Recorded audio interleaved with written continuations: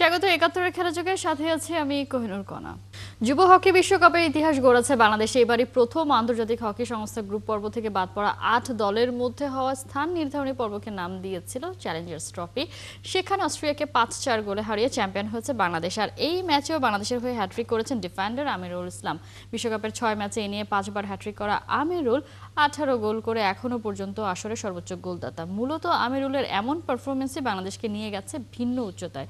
অস্ট্রিয়ার বিপক্ষে ম্যাচটা ছিল মূল বিশ্বকাপের ১৭তম স্থান নির্ধারণী ম্যাচ, যেখানে ৫-৪ গোলের এই জয় ট্রফির পাশাপাশি বাংলাদেশ নিশ্চিত করেছে ১৭তম স্থান। বাংলাদেশের হকির ইতিহাসে এটি সর্বোচ্চ সাফল্য।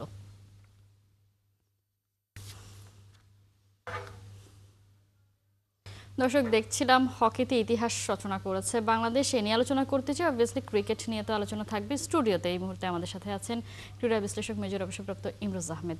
ইমরোজ আহমেদ, শুভ সকাল, স্বাগত ৭১-এর খেলাযোগে। হকি বিশ্বকাপ খেলতে গেছে যুবদল, তারা এরকম হিস্ট্রি রচনা করে ফেলেছে। প্রথমবারের মতো অংশগ্রহণ করে সেখানে গিয়ে ১৭তম স্থান এবং চ্যালেঞ্জের যে ট্রফি সেটা জিতছে। অনেকেই আমরা আসলে জানি না, অথচ ওয়ার্ল্ড কাপ, মানে এটা কেন? ধন্যবাদ কণা, শুভ সকাল। আমরা আসলে সবাই focused on cricket and football. টিআরপির যুগে সমস্ত মিডিয়া শুধু এই দুইজনের পিছনেই দৌড়াতে থাকে। সরি, আমরা অনেকেই ভুলে যাই বাংলাদেশে প্রায় ৫০টা ফেডারেশন আছে। সবাই কিন্তু সাংঘাতিকভাবে খেলাধুলা করে, এবং সেই কারণে আমি বলবো এটা আপনাদের মিডিয়া যারা আছেন তারা ছাড়া কিন্তু এই খবর রাখা সম্ভব না কারোই। কারণ আপনারাই যদি এটা তুলে ধরেন তাইলেই কিন্তু মিডিয়ার মাধ্যমে সবাই জানতে পারে। হকি কিন্তু একসময় অত্যন্ত জনপ্রিয় খেলা, এবং এটা প্রায় বিলুপ্তের পথে। বিকজ আমার জানা অনুযায়ী, আমি নিজে একজন হকি প্লেয়ার, সেখান থেকে অভিজ্ঞতা থেকে বলছি যে এই খেলাটা নিয়ে যেই পরিমাণ রাজনীতি হয় সংগঠকদের ভিতরে, যেই পরিমাণ রেষারেষি হয়, সেই জায়গার থেকে যে হকি আজকে এখানে আসছে, এটার জন্য আমি সর্বপ্রথম স্যালুট দিতে চাই সভাপতি, আমাদের বিমান বাহিনী প্রধান, ওনাকে।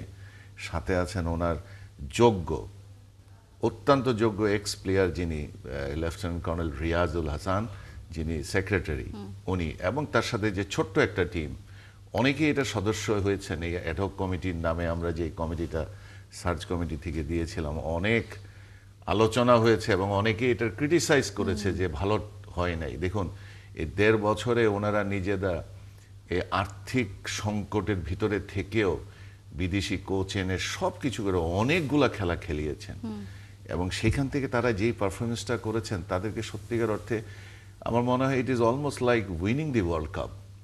কারণ আমাদের এত বড় সাকসেস কখনো হয়নি। যেই খেলাটাই হচ্ছে সেই খেলাটায় দারুণ দাপটে খেলা খেলেছে হকি টিম। এবং এখানে আমিরুলের কথা আপনি বলছিলেন, I am salute to this guy, যে ৫টা হ্যাট্রিক। আমার মনে হয় না কোনো ওয়ার্ল্ড কাপের ইতিহাসে এরকম। পেনাল্টি কর্নারে স্পেশালাইজ ছিলেন বেভালেন্ডা ফ্রম নেদারল্যান্ড, তারও বোধহয় কোনো ওয়ার্ল্ড কাপে ৫টা হ্যাট্রিক নাই। এবং আমিরুল হ্যাজ প্রুভ দ্যাট বাংলাদেশের হকির একটা, কি বলবো, একটা ইতিহাস আছে, এবং এটা চেষ্টা করলে আমরা ভালো করতে পারি। কিন্তু আমরা দেখছি যারা খেলা নিয়ন্ত্রণ বলবো না, যারা খেলাকে পৃষ্ঠপোষকতা করে সরকারের তরফ থেকে, তারাও কিন্তু আমরা একটু biased. Cricket cricket cricket cricket, আমি নিজেও ক্রিকেট পছন্দ করি, আমি চাই না ক্রিকেট পিছিয়ে যাক, কিন্তু যেই খেলাগুলো প্রমিজিং সেই খেলাগুলোকে আমার মনে হয়। এই জায়গাটাতে একটু জিজ্ঞাসা করতে চাই, আমরা আসলে একসাথে কি সবকিছু এফোর্ড করতে পারি না? মানে আমরা যখন দেখলাম যে বাংলাদেশে হামজা চৌধুরী আসলো, ফুটবলের জোয়ার হলো, ক্রিকেটটা নেমে যেতে শুরু করলো, সবাই এমনও শঙ্কা প্রকাশ করতে শুরু করলো যে ক্রিকেট হয়তো লোকে আর দেখবে না।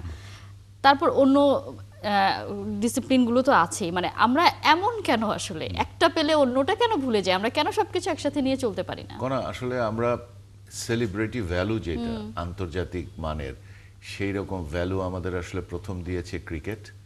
আপনি সাকিব আল হাসান, মাশরাফি, তামিম, এরা আমাদেরকে আসলে বিশ্বমঞ্চে একটা জায়গায় নিয়ে গেছে, সেখানে দে দেমসেলফ বিকাম সেলিব্রিটি। ফুটবলে আমরা এক সময় ছিলাম, এবং সেই সময় সেলিব্রিটি হয়তোবা আমরা রিজনাল রেঞ্জে ছিলাম। অনেক কারণেই ফুটবল অনেক পিছিয়ে গেছে। বর্তমানে যিনি আছেন তাবিদ আওয়াল অ্যান্ড হিজ টিম, তারা যখন নতুন করে সব, কি বলবো, সেলিব্রিটি প্লেয়ারদেরকে আনা শুরু করলো, ফুটবলের প্রতি একটা আকর্ষণ হলো। আপনি মনে রাখবেন যে টিভিতে যেই পরিমাণ ফুটবল খেলা সবাই দেখেন, আপনি অবাক হতে পারেন যে আমার তো মনে হয় 20 কোটি মানুষই ফুটবল দেখেন আন্তর্জাতিক খেলাগুলো, সেখানে একজন বিশ্বমানের খেলোয়াড় একজন দুইজন তিনজনের সাথে ক্রেজটা আবার শুরু হলো। তো এইরকম ভাবে যখনই আপনি সাফল্য পেতে থাকবেন তখনই কিন্তু আপনি দেখবেন আপনার প্রতি সবাই আকর্ষণ বাড়বে। এবং সেই জায়গা থেকে বলবো এটার জন্য পৃষ্ঠপোষকতা প্রয়োজন।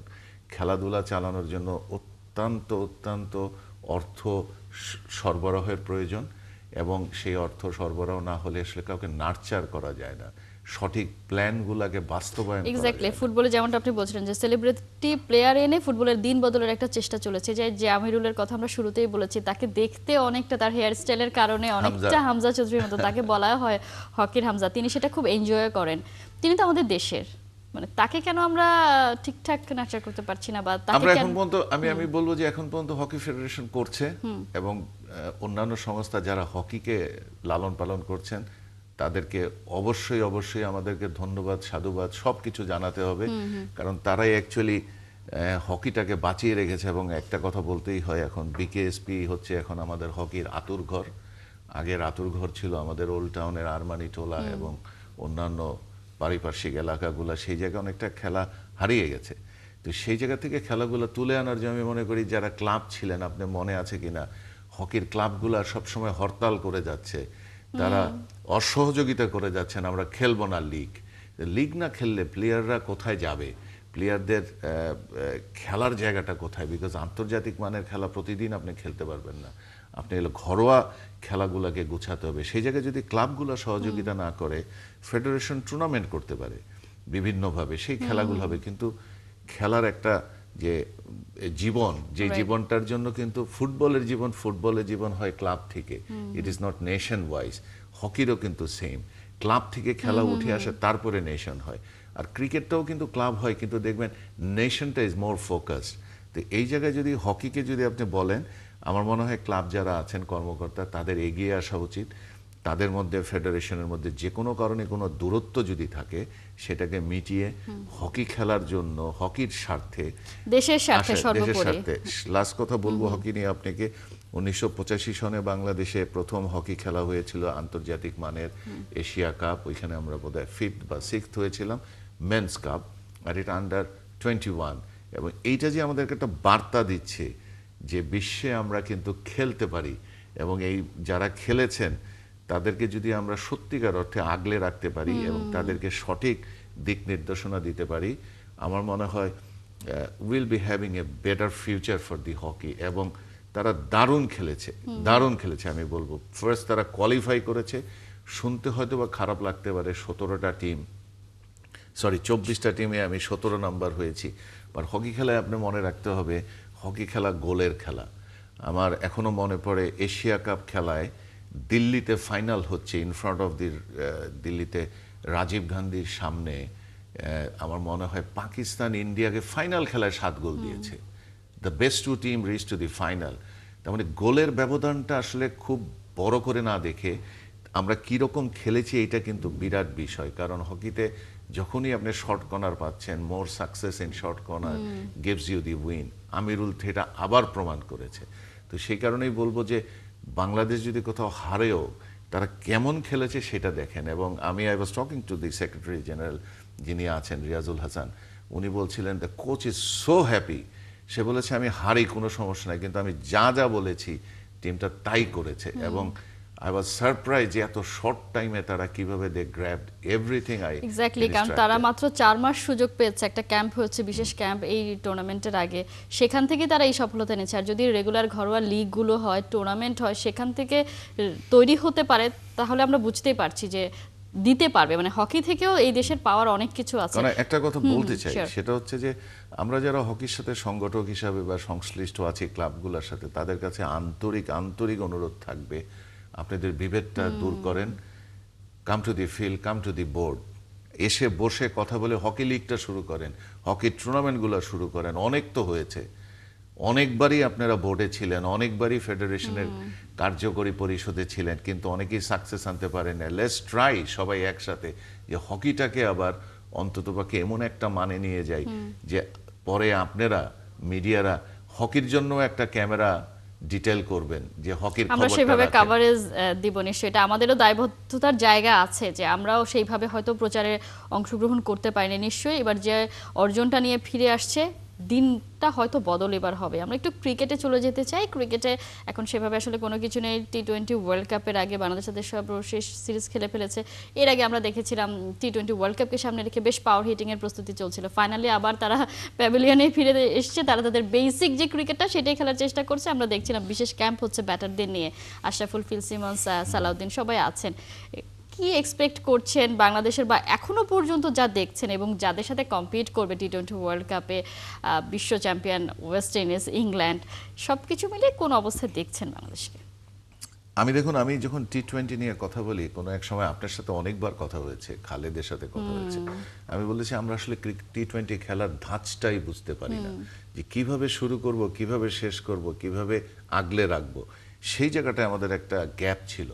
বা যেদিনই আপনি দেখবেন যে ধীরে ধীরে আমরা টি-20তে একটু ভালো খেলা শুরু করলাম এবং তার ফলাফল একটা জায়গায় এসে দেখলাম একটা আমরা ত্রাস বলি, আপনি যে আফগানিস্তান, তার সাথে যখন আপনি সিরিজ জিতলেন, তখন কিন্তু একটা বিরাট আশা পেলাম যে না, আমরা বোধহয় ধাঁচটা ধরে ফেলেছি। এবং সেই জায়গা থেকে আসার পরে আবার আমরা আয়ারল্যান্ডের সাথে একটা খেলা হেরে গেলাম। হারাটা কোনো সমস্যা না। আমার মনে হচ্ছে কোচ সালাউদ্দিন সাহেব অনেক সময় বলেছেন যে আমাদের প্লেয়ারদের কমন সেন্স নাই। এটা শুনতে খুব খারাপ লাগে। আমিও যদি বলি, অনেকেই অভিমান করবেন, অনেকেই ক্ষিপ্ত হবেন, কিন্তু আমার কাছে মনে হচ্ছে হি ওয়াজ ভেরি রাইট। আমরা যে খেলাটা জিতে যাচ্ছি, যেখানে আপনি সিঙ্গেল রান নিতে হচ্ছে, সেই জায়গাটায় যে আপনি 6 মারার চেষ্টা করছেন, সেই জায়গায় 4 মারার চেষ্টা করছেন, you want to become a hero then. এই যে কতগুলো ছোট ছোট ল্যাকিংস আছে, এই জায়গাগুলো যদি আমরা সত্যিকার অর্থে নিজেদের মাথায় নিতে পারি, আমি বলবো we are equal to any team. আপনি দেখেন গত বছর যদি হিসাব করেন, মনে হয় বাংলাদেশ টিম সবচেয়ে বেশি 6 মেরেছে, সবচেয়ে বেশি 4 মেরেছে। তাদের টপ টিম যারা আছেন, যতগুলা টি-20 খেলেছেন, তাদের মধ্যে কিন্তু আমাদের প্লেয়াররা, তানজিমের কথা বলেন, অন্যান্য যারা আছে, তারা কিন্তু দে আর ভেরি অ্যাগ্রেসিভ এবং দে আর পাওয়ারফুল। এই যে টেকনিকটা আমরা শিখেছি, এটা থেকে তো আমরা আশা করতেই পারি টি-20 ভালো খেলবে, বাট একটা ভিন্ন পরিবেশ। ওইখানে 20টা টিম খেলবে ইন্ডিয়া এবং শ্রীলঙ্কায়, বিভিন্ন জায়গায় জার্নি করতে হবে, খেলতে হবে, অনেকগুলো বাধা আছে। এর ভিতরেও যখন আপনি খেলবেন, সবার জন্য যদি পরিস্থিতি সমান থাকে, I hope India is going to play some match in Sri Lanka. সবগুলা তারা যেন ভারতেই না খেলে অ্যাডভান্টেজ না নেয়, যেটা সবসময় তারা নিয়েছে। তো সেরকম যদি না হয়, তাহলে কিন্তু আপনি দেখবেন আমাদের টিমটা ভালো করার সম্ভাবনা অনেক আছে। বাংলাদেশের দুটো ম্যাচ কলকাতায় আছে, সেই জায়গা থেকে তো এখানে আপনি সাপোর্ট পাচ্ছেন, এবং সেটার সাপোর্টের থেকে বড় কথা হচ্ছে যে we are a compose team now, এবং আমাদের অনেকগুলো ভালো প্লেয়ার আছে, এবং আপনাদের একটা বিরাট রোল আছে এখানে। আমরা প্রায়ই দেখছি সামান্য ত্রুটির জন্য আমরা অনেকে টেনে নিচে নামিয়ে ফেলছি। আমরা ইউটিউবে, আমরা সংবাদ মাধ্যমে, ক্লিকবেটের এই জামানাতে আসলে এই জিনিসটা খুব বেশি হচ্ছে, কিন্তু আসলে সেটা কোনোভাবেই করা উচিত না। আপনি যেটা বলছিলেন যে বাংলাদেশের প্লেয়াররা এখন বিশ্বমঞ্চে ভালো পারফর্ম করছে, তার মধ্যে একজনের কথা যদি আসলে বলতেই হয়, রিশাদ হোসেন। সাকিব আল হাসানের পর কোনো একজন বাংলাদেশি ক্রিকেটার যিনি বিগ ব্যাশ খেলতে যাচ্ছেন, এবং ড্রাফট থেকে সরাসরি দল পাওয়ার ক্ষেত্রে যদি হিসাব করা হয়, রিশাদই প্রথম। যে দেশে লেগ স্পিনাররা ম্যাচ পায় না, সে দেশের কোনো একজন লেগ স্পিনার বিগ ব্যাশে খেলতে যাচ্ছেন, এই বিষয়টা। এবং বাংলাদেশের এবার ক্রিকেট বোর্ডও তাকে ছাড়পত্র দিয়েছে, বিপিএল খেলা লাগবে না, বিগ ব্যাশে খেলুক। এই যে উদারতা, সবকিছু মিলিয়ে আমি মনে করি Bangladesh cricket board has taken A right decision. কারণ হচ্ছে রিশাদের এই ইন্টারন্যাশনাল, এই টপ লেভেলের খেলায় একটা এক্সপোজার দরকার। আমরা তো আইপিএলে যাচ্ছি না, যে কোনো কারণেই হোক। আমরা আমাদের বিপিএলটাকেও সঠিকভাবে গুছাতে পারছি না। বিপিএল খেলে যতটুক আলোড়ন সৃষ্টি হবে, খেলার মাঠের বাইরের আলোড়নেই সেগুলা ছায়ার নিচে পড়ে যাচ্ছে আলোর।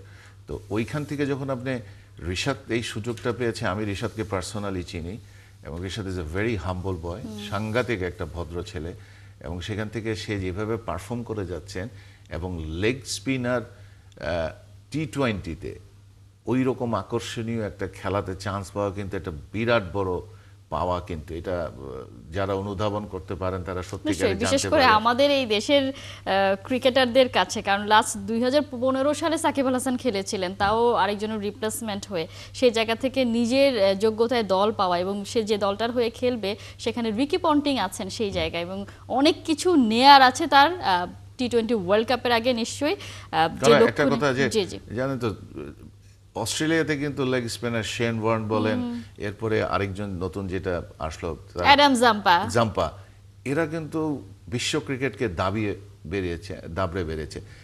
ওই জায়গায় যখন আপনি চান্স পান তখন কিন্তু আপনাকে মনে রাখতে হবে সেখানে লেগ স্পিনার্সরা কিন্তু অনেক অনেক নিশ্চয়ই রিশাদও বলেছেন সে তার স্বপ্নটাই পূরণ করতে চলেছে। নিশ্চয়ই সবকিছু ভালো ভালো কাটুক। আপনার সাথেও নিশ্চয়ই আলোচনা হবে ইমরোজ আহমেদ। অসংখ্য you. ধন্যবাদ অনেক এতক্ষণ ধন্যবাদ যুক্ত থাকার আপনাকে। জন্য। দর্শক, আমরা কথা বলছিলাম হকি নিয়ে, দেশে ক্রিকেট নিয়ে। আমাদের সাথে এই আলোচনা এতক্ষণ ছিলেন ক্রীড়া বিশ্লেষক মেজর অবসরপ্রাপ্ত ইমরোজ আহমেদ।